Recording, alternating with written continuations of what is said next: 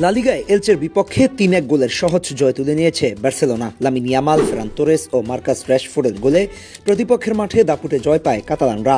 এই জয়ের ফলে চিরপ্রতিদ্বন্দ্বী রিয়াল মাদ্রিদের বিপক্ষে লিগ টেবিলে ৪ পয়েন্টের লিড তৈরি করেছে হ্যান্সি ফ্লিকের দল।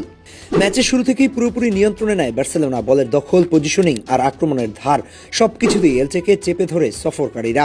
সেই চাপের ফল আসতে সময় নেয়নি। ম্যাচের মাত্র ৬ মিনিটেই লিড পায় বার্সা।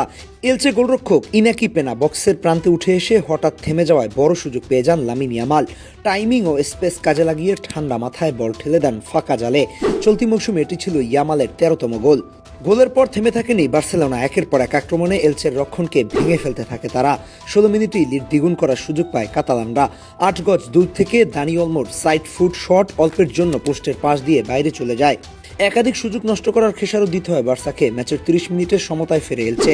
বার্সেলোনার হাইলাইন ডিফেন্সের সুযোগ নিয়ে নিখুঁত টাইমিংয়ে রান মেক করে আলভারো রদ্রিগেজ গোলের সামনে গিয়ে নিচু শটে বল জালে পাঠান।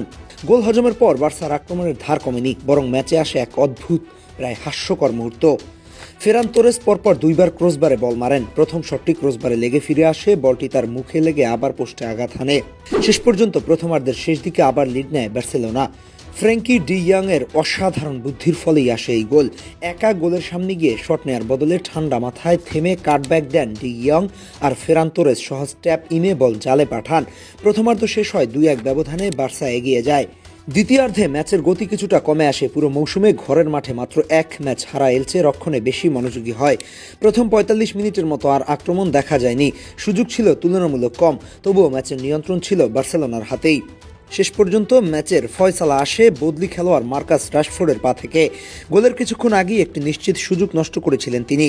তবে এরপর আর ভুল করেননি ইংলিশ ফরওয়ার্ড। ডান প্রান্ত থেকে লামিন ইয়ামালের ক্রস এলচে রক্ষণ পেরিয়ে পৌঁছে যায় রাশফোর্ডের কাছে। নিখুঁত শটে বল জালে পাঠিয়ে ৩ পয়েন্ট নিশ্চিত করেন তিনি। অবশেষে ম্যাচ শেষ হয় ৩-১ গোলের ব্যবধানে বার্সেলোনার জয় দিয়ে। এই জয়ে লা লিগার শীর্ষে ৪ পয়েন্টের লিড গড়ে তুলেছে হ্যান্সি ফ্লিকের দল। এখন চাপটা পড়ছে রিয়াল মাদ্রিদের উপর। আজ রায়ো ভায়েকানোর বিপক্ষে মাঠে নামবে লস ব্লাঙ্কোসরা। আত্মবিশ্বাস, ফরমার, টেবিলের অবস্থান সব মিলিয়ে এই মুহূর্তে লা লিগায় বার্সেলোনাই সবচেয়ে এগিয়ে থাকা দল।